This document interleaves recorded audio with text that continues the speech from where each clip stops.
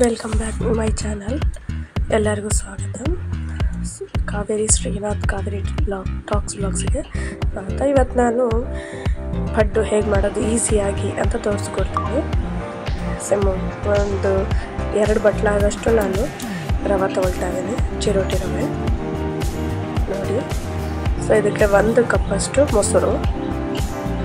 ನೀವು 1 ಬಟ್ಲ ತೊಗೊಂಡಿದ್ರೆ ರವೆ ಅರ್ಧ ಬಟ್ಲಷ್ಟು ಮೊಸರು ಹಾಕಬೇಕಾಗುತ್ತೆ. 1 ಬೌಲಷ್ಟು, ಅದೇ ಸೇಮ್ ಮೆಜರ್ಮೆಂಟ್ ಇರಬೇಕೆಲ್ಲನೂ ನೋಡಿ. ನೀರು ಹಾಕಿದೆ ಈಗ ನಾನು ಸೇಮ್ ಮೆಜರ್ಮೆಂಟಲ್ಲೇ ನೀರು ಹಾಕಿ ಕಲಿಸ್ತಾ ಇದ್ದೀನಿ ಈಗ. ಸೊ ಚೆನ್ನಾಗಿ ಕಲಸಿ ಅದನ್ನು ನೋಡಿ ಹೀಗಿರಬೇಕು. ಸೊ ಕಲಸಿ ಒಂದು 10 ನಿಮಿಷ ಇದನ್ನು ಮುಚ್ಚಿಟ್ಬಿಡೋಣ ಈಗ, ಚೆನ್ನಾಗಿ ಆಗಲಿ ಅದು.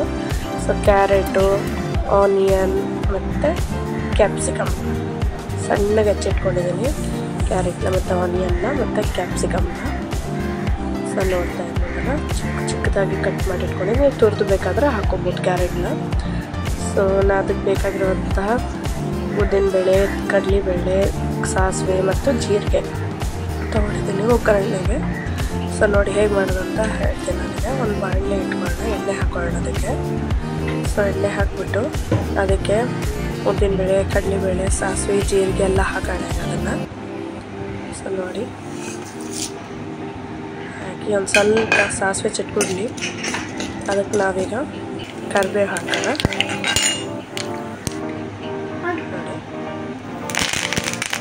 ಸೊ ಕರಿಬೇವು ಹಾಕೋಣ. ಈಗ ಆವಾಗಲೇ ಹೆಚ್ಚಿಟ್ಕೊಂಡಿದ್ವಲ್ಲ ಎಲ್ಲ ತರಕಾರಿ, ಇನ್ನೂ ಏನು ಬೇಕೋ ನೀವು ತರಕಾರಿ ಹಾಕ್ಬೋದು. ಇದಕ್ಕೆ ಕಾರ್ನ್ ಹಾಕ್ಬೋದು, ಎಲ್ಲನೂ ಹಾಕ್ಬೋದು. ಮಕ್ಕಳು ಏನಾದರೂ ಯಾವ ತರಕಾರಿ ತಿನ್ನಲ್ಲ ಅಂತಂದ್ರೆ ಸೊ ಈ ಥರ ಮಾಡಿ ಕೊಟ್ಟರೆ ಅವ್ರಿಗೆ ಗೊತ್ತೇ ಆಗೋದಿಲ್ಲ, ತುಂಬ ಚೆನ್ನಾಗಿರುತ್ತೆ ಈ ಥರ. ಆಮೇಲೆ ಈಸಿ ಸಹ ಇದು ಮಾಡೋದು ಹೇಗೆ ಅಂತ ಹೇಳಿ. ಉದ್ದಿನಬೇಳೆ ನೆನೆ ಹಾಕು, ಅದನ್ನು ಮಾಡು, ಇದನ್ನು ಅದಕ್ಕೆ ಟೈಮ್ ಹಿಡಿಯುತ್ತಲ್ಲ. ಸೊ ಅದು ಈ ಥರ ಮಾಡೋದ್ರಿಂದ ಬೆಳಗ್ಗೆ ಟೈಮು ಸೇವ್ ಆಗುತ್ತೆ. ಒಂದು 10 ನಿಮಿಷ ಬೇಗನೆ ಆಗೋಗ್ಬಿಡುತ್ತೆ. ನೋಡಿ 5 ನಿಮಿಷ ಇದು ಕೂಲಾಗಿ ಬಿಟ್ಬಿಡೋಣ ಈಗ.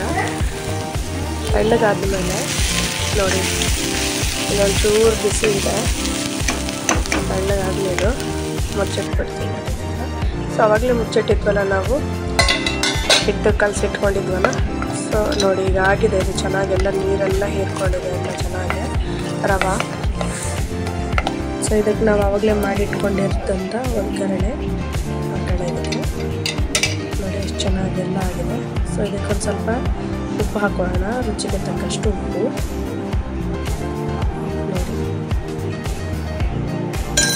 ಸೊ ಕೊತ್ತಂಬರಿ ಹಾಕೋಣ ಇದಕ್ಕೆ. ಕೊತ್ತಂಬರಿ ಹಾಕಿದರೆ ತುಂಬ ಟೇಸ್ಟ್ ಆಗುತ್ತೆ. ಅದಕ್ಕೆ ಸ್ವಲ್ಪ ಇದಕ್ಕೆ ನಾವೇನೇನು ಮಾಡಿದ್ರೆ ಇದು ಬೇಕಿಂಗ್ ಸೋಡಾ ಹಾಕೋಣ. ಸೋಡಾ ಹಾಕೋಣ. ಈನೋ ಸಹ ಹಾಕ್ತಾರೆ, ಈನೋಕ್ಕಿಂತ ಬೇಕಿಂಗ್ ಸೋಡಾ ಹಾಕೋದ್ರಿಂದ ಒಳ್ಳೆಯದು, ಚೆನ್ನಾಗಾಗುತ್ತೆ ಬೇಕಿಂಗ್ ಸೋಡಾದಿಂದ.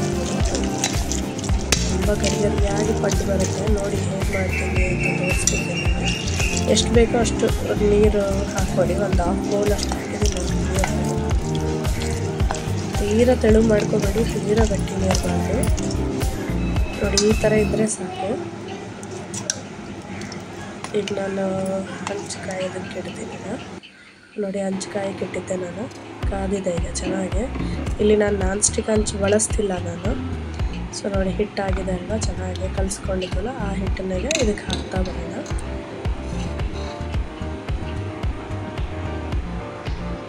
ಎಲ್ಲ ಹಾಕಿ ನಾನು ಇದ್ದರೆ ಜರುಗ್ಬಿಡುತ್ತೆ ಜೋರಾಗಿ ಅಂತ ಹೋಗೋಣ. ತುಂಬ ಅಂದರೆ ತುಂಬ ಟೇಸ್ಟಿ ಆಗುತ್ತೆ. ಯಾರೆಲ್ಲ ನನ್ನ ಚಾನಲ್ನ ನೋಡ್ತಾ ಇದ್ದೀರಾ ಪ್ಲೀಸ್ ಸಬ್ಸ್ಕ್ರೈಬ್ ಮಾಡ್ಕೊಳ್ಳಿ, ಲೈಕ್ ಮಾಡಿ, ಶೇರ್ ಮಾಡಿ. ನಿಮ್ಮ ಫ್ರೆಂಡ್ಸ್ ಎಲ್ಲರಿಗೂ ಸಹ ಶೇರ್ ಮಾಡಿ. ಈಸಿ ಇದು, ಆಮೇಲೆ ಬೇಗ ಆಗುವಂಥ ಬ್ರೇಕ್ಫಾಸ್ಟ್ ಇದು. ಬೆಳಗಿಂದ ಮಕ್ಕಳಿಗೆ ಬಾಕ್ಸಿಗೆ ಹಾಕ್ಕೊಡ್ಬೇಕು, ತುಂಬ ಚೆನ್ನಾಗಿರುತ್ತೆ. ಆಮೇಲೆ ಇದು ಬಿಸಿ ಬಿಸಿಯಾಗಿ ತಿನ್ನೋದಕ್ಕೆ ಕೂಡ ತುಂಬ ಚೆನ್ನಾಗಿರುತ್ತೆ ಇದು. ನೋಡಿ ಇದು ಹಾಕ್ತಾಯಿದ್ದೀನಿ ನಾನು. Please like, share, subscribe my channel. ನೋಡಿ ಎಷ್ಟು ಚೆನ್ನಾಗಿ ಕೆಂಪಗಾಗಿದೆ ಅದು ನೋಡಿ, ಚೆನ್ನಾಗುತ್ತೆ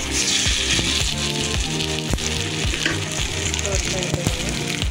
ಸೊ ಇದೊಂದು ಸ್ವಲ್ಪ ಒಂದು ರೌಂಡ್ ಆಗಲಿ ಅಂತ ಕಲಿಸಿ ಹಾಕಿದ್ದೆ ನಾನು. ಈಗ ಇದನ್ನೊಂದು ಪ್ಲೇಟಿಗೆ ತಗೊಂಬಿಡೋಣ. ಅದಕ್ಕೆ ನಾನು ಈಸಿ ಆ್ಯಂಡ್ ಕ್ವಿಕ್ಕಾಗಿ ಇರುವಂಥ ಕೊಬ್ಬರಿ ಚಟ್ನಿ ಮಾಡಿದ್ದೆ. ಸೊ ಅದು ಹೇಗೆ ಮಾಡಿದೆ ಅಂತ ನೀವು ಕಮೆಂಟ್ ಬಾಕ್ಸಲ್ಲಿ ಹೇಗೆ ಮಾಡಬೇಕು ಅಂತ ಕೇಳಿದರೆ ನಾನು ಹೇಳ್ಕೊಡ್ತೀನಿ. ಸೊ ಕಮೆಂಟ್ ಮಾಡಿ. ನೋಡಿ ಎಷ್ಟು ಚೆನ್ನಾಗಾಗಿದೆ, ಮೇಲೆಲ್ಲ ಗರಿಗರಿ ಇದೆ, ಒಳಗಡೆ ಮೆತ್ತಗಿದೆ, ಚೆನ್ನಾಗಾಗಿದೆ. Thank you for watching.